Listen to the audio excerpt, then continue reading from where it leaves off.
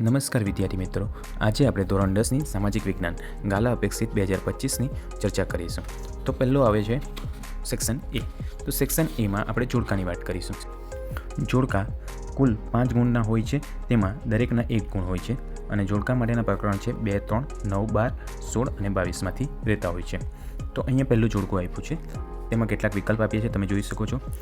પહેલું, વિશ્વનો પ્રાચીન દેશ. તમે સૌ જાણો છો વિશ્વનો પ્રાચીન દેશ એટલે કોણ? ભારત. બીજો, પ્રાચીન ભારતની કલાઓ.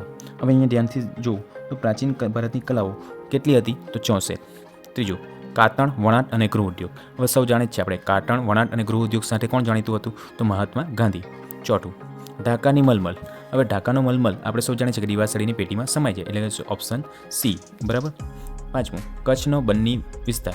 હવે કચ્છનો બન્ની વિસ્તાર સાથે શું આવશે? તો આપણે સૌ જાણીએ છીએ કચ્છનો બન્ની વિસ્તાર આપણે સૌ જાણીએ છીએ કઈ જાતિ રહેતી હતી? જત, એટલે કે ઓપ્શન બી. હવે બીજું જોડકું, જોડકું નંબર 2, પ્રાણીઓનું ચામડું.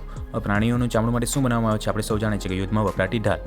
બીજું, કોહિનૂર અને ગ્રેટ મુઘલ હીરો. હવે સૌ જાણીએ છીએ કે કોહિનૂર અને ગ્રેટ મુઘલ હીરો કયા દેશનો છે? તો આપણા એટલે કે ભારત દેશનો. મીના કારીગરી. આપણે સૌ જાણીએ છીએ મીના કારીગરી માટે કોણ જાણીતું છે? વારાણસી. ચોથું, પ્રયોગાત્મક વિજ્ઞાન. પ્રયોગાત્મક વિજ્ઞાન માટે શું જાણીતું છે? તો આપણે સૌ જાણીએ છીએ પ્રયોગાત્મક વિજ્ઞાન એ રસાયણ વિદ્યા માટે જાણીતું છે. ઈડર આપણે સૌ જાણીએ છીએ કે ઈડર એટલે રમકડા માટે જાણીતો પ્રદેશ. ચાલો, હવે અહીં નીચે ત્રીજો નંબરનું જોડકું આવ્યું છે અકીક. અકીક એટલે કે એક પ્રકારનો કિંમતી પથ્થર. ચિત્રકલાનો અજોડ નમૂનો. ચિત્રકલાનો અજોડ નમૂનો એટલે અજંતા ઇલોરાની ચિત્રગુફા. બરાબર. સંગીતના મુખ્ય સ્વર. સંગીતનો મુખ્ય સ્વર તમે સૌ જાણો છો કેટલા છે? 7. કુચીપુડી નૃત્યની રચના. કુચીપુડી નૃત્યની રચના આપણે સૌ જાણીએ છીએ કઈ સદીમાં થયેલી? 15મી સદીમાં. કુચીપુડી નૃત્યના નર્તક. કુચીપુડી નૃત્યના નર્તક આમાંથી કયું છે ઓપ્શન માટે? તો શોભા નાયડુ. જોડકા નંબર 4, ઘેરદાર સુંદર કપડાવાળી વેશભૂષા.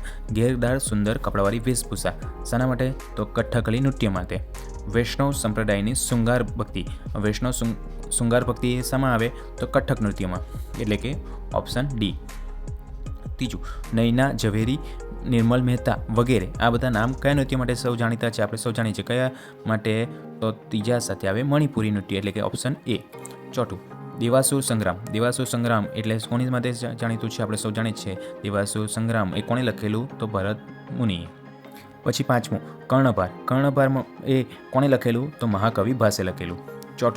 પાંચમું જોડકું, કેરળના કવિ. કેરળના કવિ એટલે કોણ? શ્રી વલ્લભ ઠોળ. દૂતવાક્યમ. દૂતવાક્યમ કોનું? તો શ્રી મહાકવિ ભાસ. વિક્રમાસૌર્યમ. વિક્રમાસૌર્યમ કોનું? તો વિક્રમાસૌર્યમ આપણે સૌ જાણીએ છીએ મહાકવિ કાલિદાસનું. માળીનો ચાળો. માળીનો ચાળો એ કોનો? ડાંગી નૃત્ય છે. બરાબર. ગર્ભદીપ. ગર્ભદીપ સાથે શું આવશે? તો ગર્ભદીપ એ ગરબા સાથે જ સંકળાયેલું છે. હવે વાત કરીએ જોડકા નંબર 6, ગુજરાતની 700 વર્ષ જૂની નાટ્યકલા. શું આવશે? ગુજરાતની 700 વર્ષ જૂની નાટ્યકલા એટલે ભવાઈ. માલવિકના મિત્રમ એટલે કે માલવિકના મિત્રમ એ કોની સાથે જાણીતું છે? તો કોણે લખેલું? મહાકવિ કાલિદાસે. રંગભરી ગરબીઓ. રંગભરી ગરબીઓ માટે શું જાણીતું છે? તો કવિ દયારામ જાણીતો છે. સીડીઓનું મૂળ વતન કયું? તો આપણે સૌ જાણીએ છીએ સીડીઓનું મૂળ વતન આફ્રિકા. પછી મોરિયો નૃત્ય. મોરિયો નૃત્યો માટે શું જાણીતું છે? તો મોરિયો નૃત્યો બનાસકાંઠાનો વાવ વિસ્તારમાં રમાય છે. બરાબર. એટલે હવે જોઈએ સાતમું જોડકું. સાતમું જોડકું ધ્યાનથી જોજો અને ઓપ્શન શાંતિથી જોઈએ. પહેલું, અકીકની માળા અને મણકા. અકીકની માળા અને મણકા માટે શું જાણીતું છે? તો ખંભાત. ભારતીય ચિત્રકલાના પુરાવા. ભારતીય ચિત્રકલાના પુરાવા ક્યાં મળ્યા હતા? તો ભારતીય ચિત્રકલાના પુરાવા હડપ્પીય સંસ્કૃતિના અવશેષો છે. ગુફા ચિત્ર લેખો એટલે ગુફા ચિત્રો અહીંયા ઓપ્શનમાં શું આવશે? તો એની સાથે ઓપ્શન એ પાષાણ યુગનો આદિ. હવે ચોથું છે કથક નૃત્ય. કથક નૃત્યમાં શું પહેરવેશ હોય? તો ચૂડીદાર પાયજામો અને ઉપર ઘેરવાળું વસ્ત્ર, એટલે કે એફ. બરાબર. પાંચમું, પઢાર નૃત્ય. પઢાર નૃત્ય એ કાના વિસ્તારમાં રમાય છે? તો આપણે સૌ જાણીએ છીએ કે સુરેન્દ્રનગરના વિસ્તારમાં રમાય છે.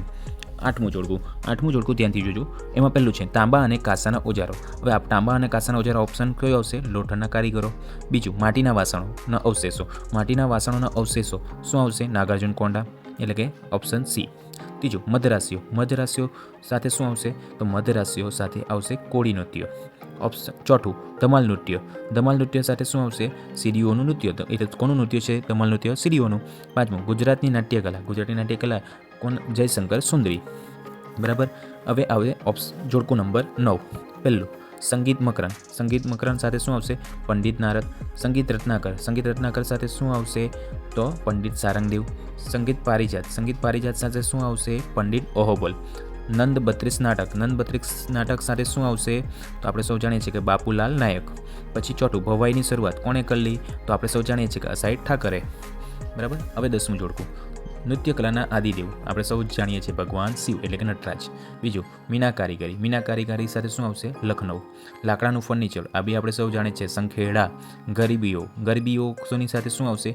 તો ગરબીઓ સાથે આવશે એફ કવિ દયારામ. 5મું, દાંડિયો રાસની લોકપ્રિયતા. દાંડિયો રાસની લોકપ્રિયતા કયા સંપ્રદાય પર અસર પડે છે? તો વૈષ્ણવ સંપ્રદાયની અસર છે. બરાબર. 11મું, કથકલી નૃત્ય. કથકલી નૃત્ય સાથે કોણ સંકળાયેલું છે? શ્રી કવિ શ્રી વલ્લભ ઠોળ. બીજું, ભરતનાટ્યમ નૃત્ય. ભરતનાટ્યમ નૃત્ય સાથે કોણ સંકળાયેલું છે? મૃણાલની શાળાભાઈ. કુચીપુડી નૃત્ય. કુચીપુડી નૃત્ય સાથે કોણ સંકળાયેલું છે? તો આપણે સૌ જાણીએ છીએ કે કોણ? ગુરુ પ્રહલાદ. પછી છે ચોથું, મધ્યરાસ્યો. મધ્યરાસ્યો સાથે કોણ જોડાયેલું છે? અથવા મધ્યરાસ્યોમાં કયો કાપડ બાંધવામાં આવે છે? તો માથે બાંધવાનું રંગીન કપડું. 5મું, ઉરુભંગ. ઉરુભંગ એટલે આપણે સૌ જાણીએ છીએ કોને લખેલું? તો મહાકવિ ભાસ. ચાલો હવે ધ્યાન રાખીએ 12મું જોડકું, કથક નૃત્ય. કથક નૃત્ય સાથે શું આવશે? ઓપ્શન બી, પંડિત બિરજુ મહારાજ. નાટ્યશાસ્ત્ર. નાટ્યશાસ્ત્ર સાથે શું આવશે? ઓપ્શન ડી, ભરત મુનિ. ત્રીજું છે અભિનવ દર્પણ. અભિનવ દર્પણ સાથે શું આવશે? Option A, નંદીકેશ્વર.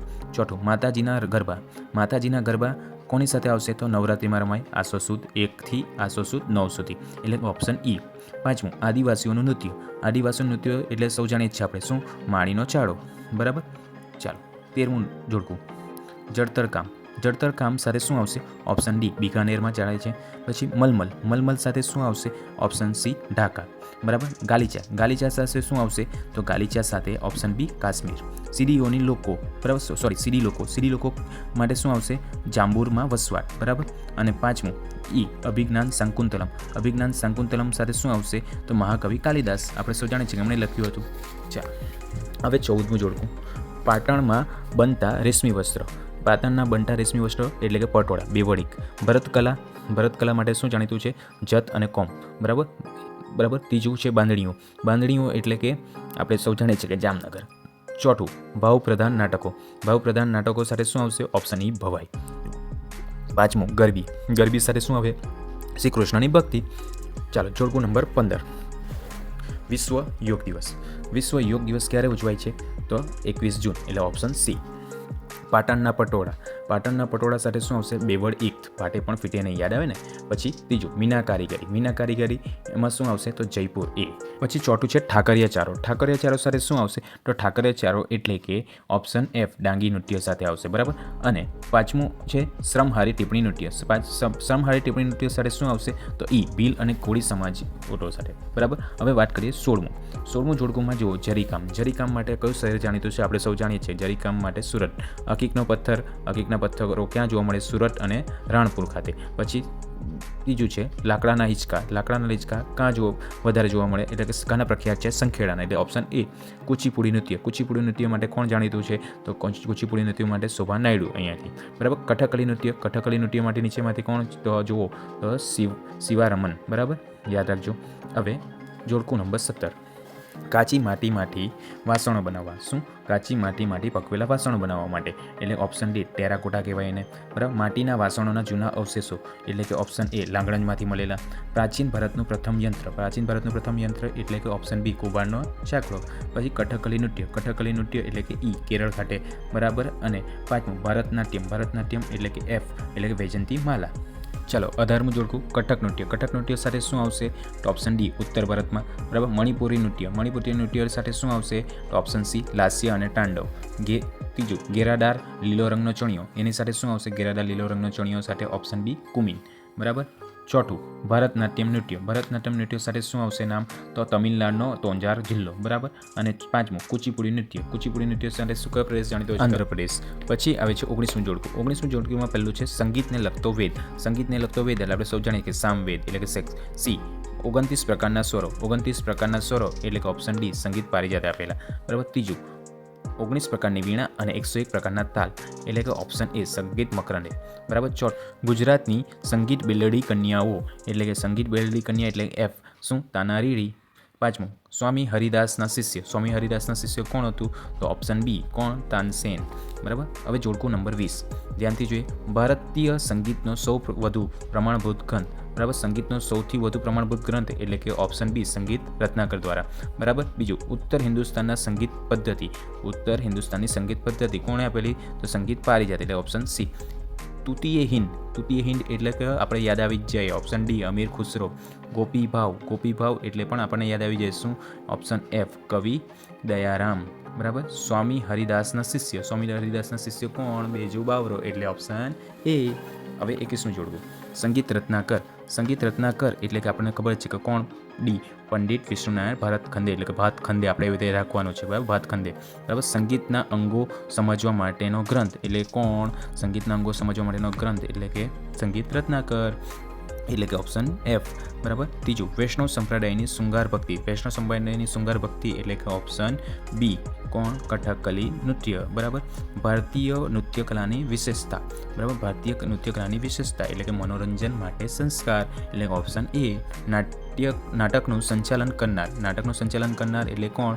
સૂત્રધાર એટલે કે ઓપ્શન સી. જોડકા નંબર 22, રમૂજ વડે આનંદ પામનાર કોણ આવશે? તો વિદૂષક ઈ. બરાબર. મીના કારીગરી માટે કયો ચણપડી જાણીતો એમાંથી? તો ડી દિલ્હી. બરાબર. કથક નૃત્ય માટે કોણ જાણીતું છે? સૌ જાણે છે આપણે, પંડિત બીજુ બાવરા એટલે કે ઓપ્શન એફ.